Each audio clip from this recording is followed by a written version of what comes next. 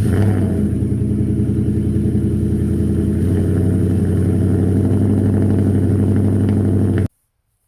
hey guys. So today's topic, I'm going to kind of just touch on, mid-level sort of lifts for the F-150s, and I'm kind of talking about, your 2.5 to 3 inch coilover lifts that are kind of available, and kind of what I'm running and my opinion on things. So, there's obviously your standard leveling kits, which are which are basically blocks that you put on your OEM strut assembly. This was the old kit I had on my truck before I got my coilover lift. So, you got these. This is an inch. This measures out to 1 3/4 inches, but actually lifts your truck to 2.5 inches.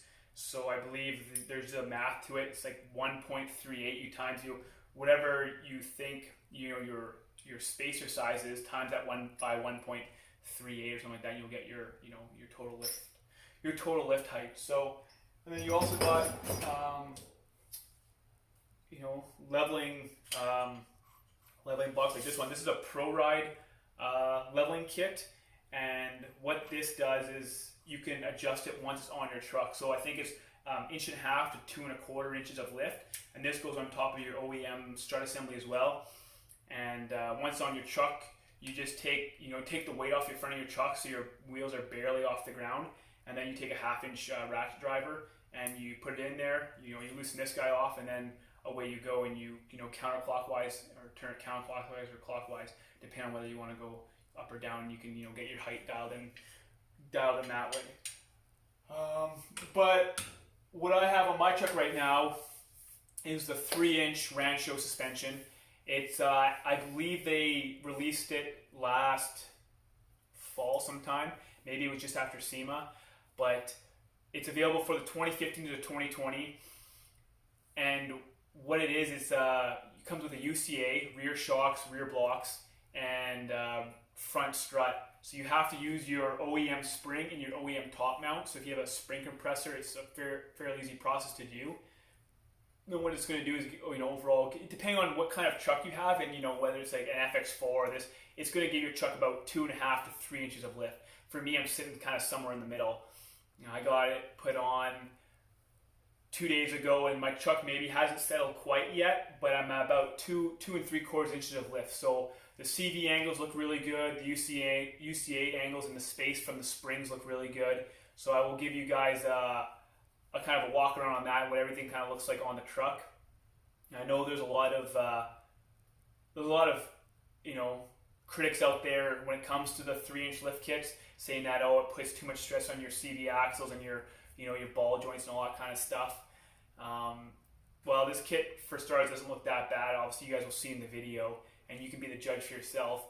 But sometimes people such as me, you push things because the problem with a 4 or 6-inch lift kit is that I like trading up my truck, every 2 to 3 years and try to get something, the new 2021 F-150s coming out, and I kind of want to get myself in one of those.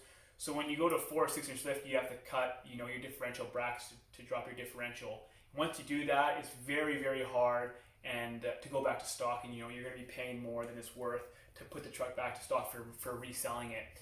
And if you live in a town like where I live, there's not really a market for lifted trucks, and once you lift it and you're looking to resell it, your market, or who you can sell it to is that much smaller now, right?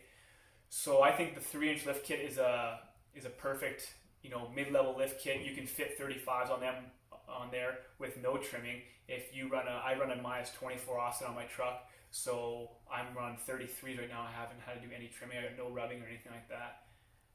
But if I was to do 35s, then I would probably have to do some trimming on maybe the crash bars or the plastic wheel well covers. But so I know there's a 3.5-inch ready lift offers kind of a kit. They're more of they use your OEM strut, and they put a spacer and a preload spacer inside your spring, and they give you an upper control arm, and you get 3.5 inches of lift off that. But and not to knock Ready Lift, I mean, they make great products, but just for that kit in particular, I think it puts too much stress on your front CV axles, and I wouldn't go that route. I'd go something a little bit less. and I think the 3 inch is perfect. I know a lot of people say, well, even 3 inches is too much, but I don't think it is. If you're, I don't know about the older, from 2017 previous, but the newer 2018s like my truck have the IWE system, which pulls vacuum on your hubs. So they're, as long as you're not in 4x4, your CV axles are not spinning, so you're not putting that unnecessary wear and tear on them. Unless you're doing off-road, you get a bunch of sag in your system, and then maybe you could end up binding your axles and your differential sort of thing. But no, this kit is it looks great, and you know what, I'll obviously show you guys when I do the walk around. This Rancho kit has a 9-way adjustable dampening on all 4 corners, and basically from soft to hard, and it's a world difference. So if you're one of those guys that pulls a trailer or a camper on the weekends, you can adjust the dampening on your shock to stiffen it up, and it is crazy how much it does. It really is, and I think Rancho really, and I don't get me wrong, I know some of the higher end, like your Icon and your Fox, and they offer that dampening, but for an entry level sort of lift kit that's budget friendly, and it's a great thing to have, and this kit, this kit all around is a great kit. So let's get into it. I'll do a walk around and kind of show you guys where all the CV, show you guys the CV angles, the UCA angles, and I'll show you kind of the rear setup and how everything kind of looks, and I'll kind of give you a run through on the dampening and all that kind of stuff. And as well, I will be posting after the video. In the description, I'll post all the measurements from the stock to what I am now, from the spindle height to the bottom of the fender. That way, if you guys want to do a bit of a comparison on your truck to see where everything is, I could even include some pictures at the end of this video so you guys can see for yourself, the spindle to the bottom of the fender height. But yeah, so we'll go to the walk around and so you guys can see for yourself. Alright, hey guys. So this is how the truck looks after the 3-inch Rancho kit is installed. Currently the back sits higher than the front by about 1.5 inches. So they provided about 1.5 inch block. I might take that out so I go back to more of a leveled look from front to back. And either just stick with the OEM block or just use the block that they provided.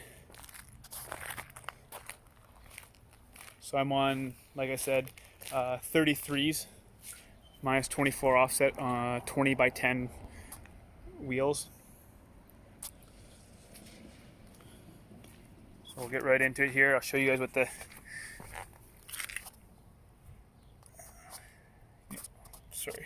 that's kind of what your CV angles are going to look like. And then obviously with your UCA, you got lots of room there. So that's your knob right there, and you just turn that clockwise or counterclockwise to adjust the dampening. And there's a 1 to 9 on the, you can see that there's 1 to 9 on the dial itself, and then you just turn that to get your dampening dialed in. So here's what the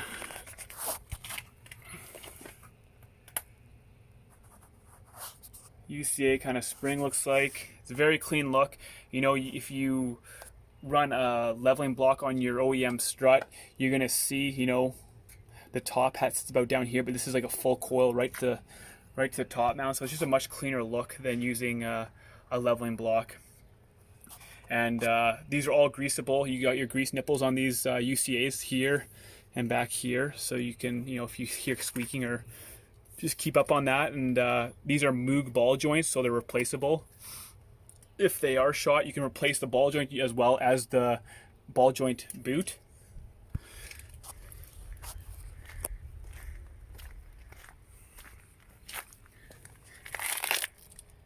So there's the other one. There's the knob.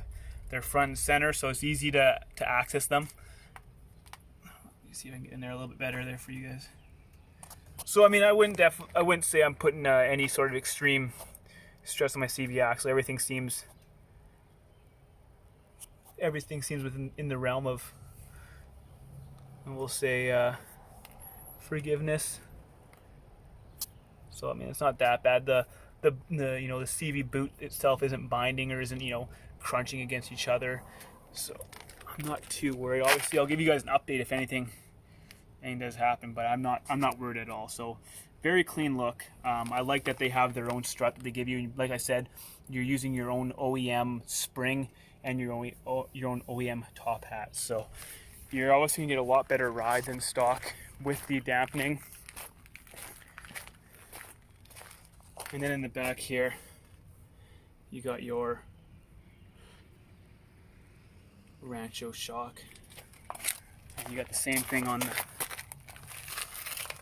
the back here with the adjustable dial. So overall, guys, very, very easy kit to install. It looks really good. It rides really good.